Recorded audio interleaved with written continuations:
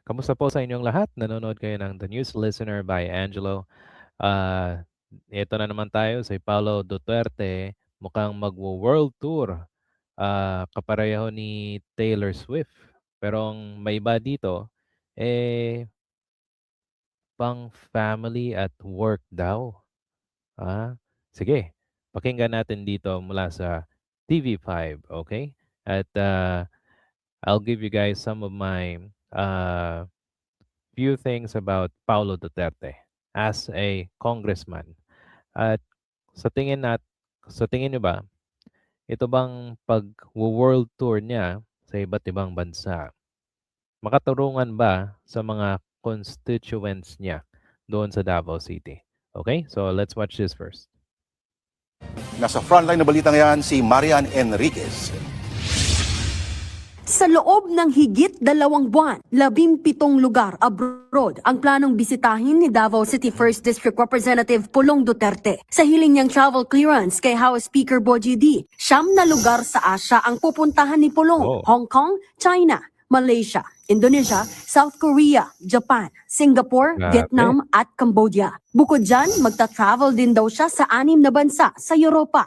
Pupunta rin si Pulong sa Amerika at Australia. Target niyang umalis simula sa December 15, 2025 hanggang February 20, 2026. Giit ni Pulong Oh, wait. Ano ulit yung petsa? 2025 hanggang February. Target niyang umalis simula sa December 15, Okay. So from December 15 2025 hanggang February 20, 2026. Giit ni Pulong, personal travel ito at sarili niya itong gastos. Sabi naman ng Malacanang, bahala na ang kongresista kung gustong mag-around the world. Pero paalala lang daw, lahat ng public servant dapat nagsisilbi sa bayan. At kung Ah. magbabakasyon ng mahigit 2 buwan, hindi natin alam kung paano niya i-explain ito sa kanyang constituent. maging ang ilang kongresista, tumaas ang kilay sa long travel ni Pulong na nataon pa sa investigasyon ng flood control project sa Davao City. Ano ba siya, kinatawan ng distrito o Miss Universe? Huwag naman pahintulutan yan kasi tingin rin ng publiko, Miss World sana. buso ito eh.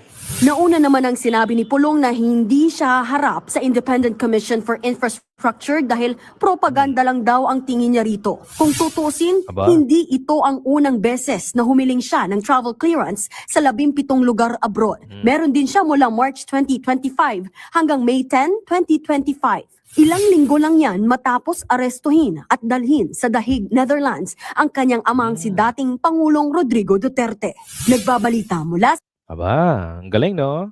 So, imagine ninyo, 17 countries ang plano niyang bisitahin from December 15 to February 20, okay? At pumunta itong si Paulo Duterte, the same countries, okay? This March and April, after nung naaresto si Digong, di ba? Ang nakapagtataka kung personal trip mo, tapos 17 countries ang balak niyang puntahan, imagine niyo yung pera na gagastuhin niya kasama yung entourage niya, tsaka plane ticket, tapos yung hotels, di ba? Accommodation, yung pagkain. So, imagine niyo personal money niya. Yung mga kongresista, yung kanilang mga sweldo ay only around 300,000 pesos. So, saan kaya nakuha ni Paulo Duterte itong malaking pera para mag-world tour, di ba? At kung sasabihin niyang personal trip, tapos may kasamang trabaho, so anong gagawin niya sa ibang bansa? Makikipagpulong sa mga OFWs, di ba? O makikipag transaction. Kasi meron daw ugong-ugong si former Senator Sonny Trillanes, meron siyang say sa ginagawa ni Paulo Duterte. Okay? So pakinggan natin to, guys. Pakita ko sa inyo yung sa YouTube, okay? At ito ay galing mismo kay Yuse Claire Castro kasi na-interview sila ang dalawa ng ano nga 'tong show na 'to, but later, yeah, makikita natin 'yan, okay? So let's watch this. So anong kanyang say sa pag-travel ni Paulo Duterte? Pero hindi niya pupuntahan lahat yon. Meron lang siguro mga Ayan, 3 na bansa doon. Pero kasi kung yun lang ang isusulat niya, matitiktikan siya doon. Alam na agad. Oo. Yes. Oo nga. Makikita mo yan. Kasi, siyempre, kasi kung pupuntahan niya lahat yan in 2 months, 3.5 days ang stay niya sa bawat. Pagod naman talaga yun. Oo, Di Yuse. ba? O, So, diba? anong mission doon? And at the same time, Sentry, Yan na nga. mismo si dating Pangulong Duterte umamin, Na. di ba?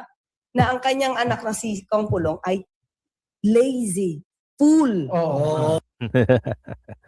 Actually, nakita ko yan, eh. So just para mapatotohanan natin yung sinabi ni Attorney Claire na si Paulo Duterte ay lazy fool. Okay, ito papakita ko sa inyo guys link para para hindi tayo tatawagin ng mga iba diyan ng mga DDS fake news. O ito. So pwede niyo itong i-Google. So sabi dito, the statement Duterte calls Paulo lazy fool is an accurate report of an event that took place in May 2019. Yung source, yan, galing sa Politico. Okay, laging absent yan, sabi niya. O, di ba?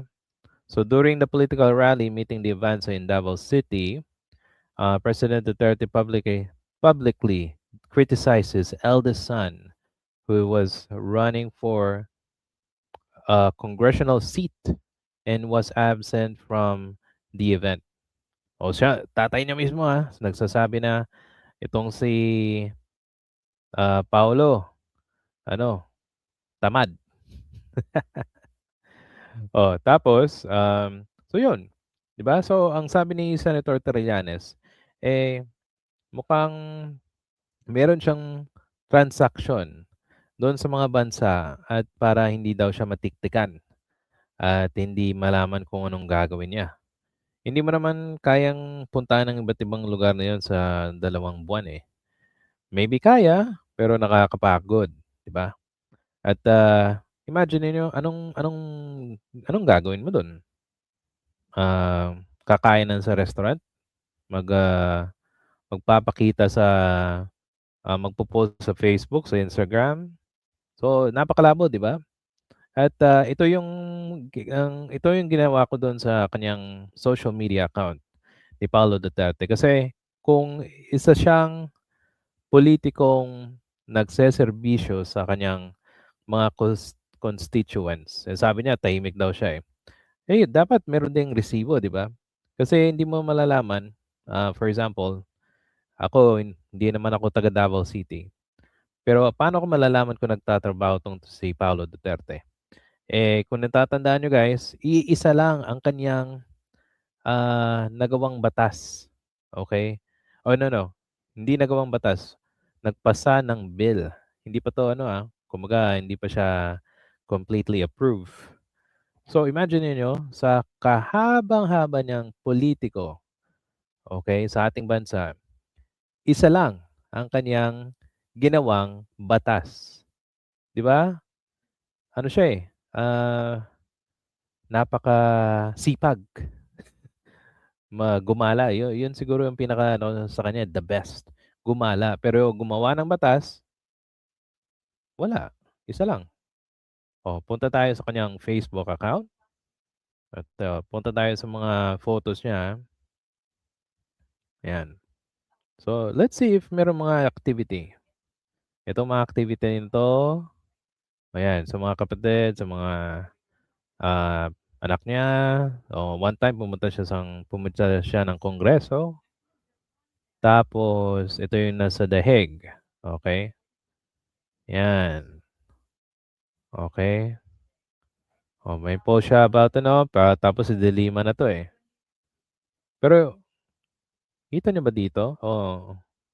Ano 'tong picture na 'to? O, ito, meron. Anong date nito? 2024, like more than a year. Oh, anyway, sino ba 'tong kasama niya? Actually, anak niya lang 'to, eh. Oh.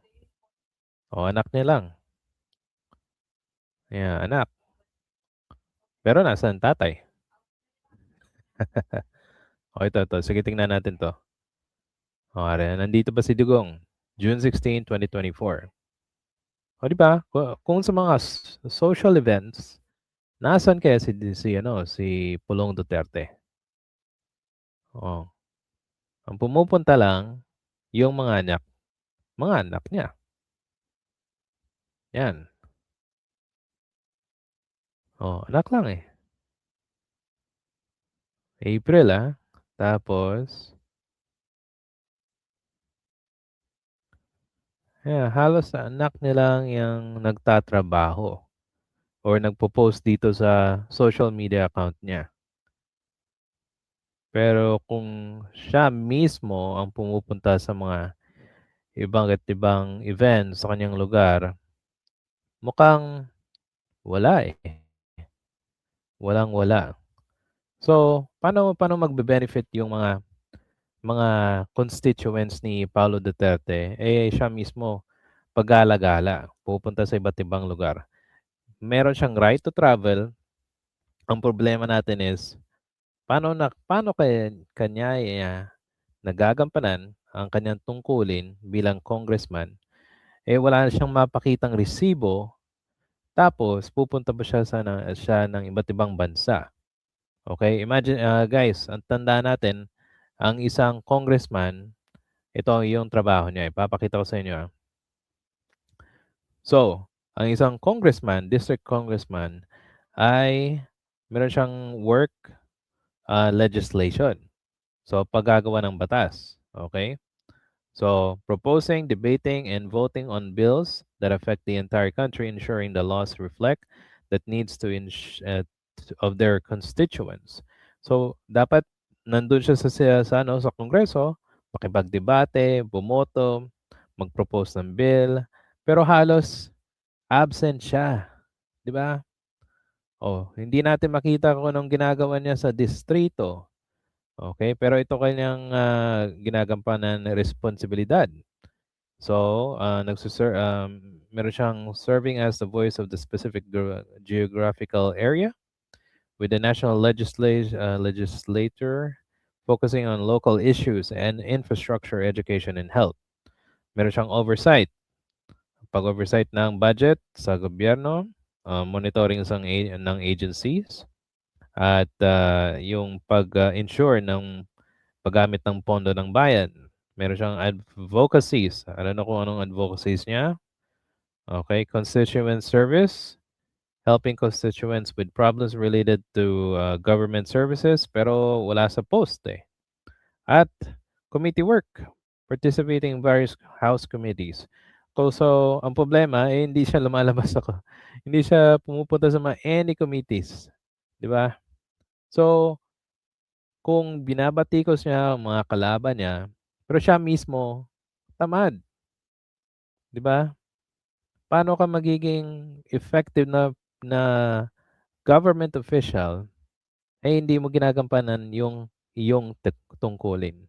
Tapos meron ka pang travel around the world. Swerte mo naman, Paulo. Okay? Yan na yun, guys. Kung meron kayong comment, suggestion sa ating video, paki-comment po sa ating comment section. If nagustuhan niyo po ito, please hit the like and subscribe button. And I'll see you in the next video. Salamat po sa pakikinig.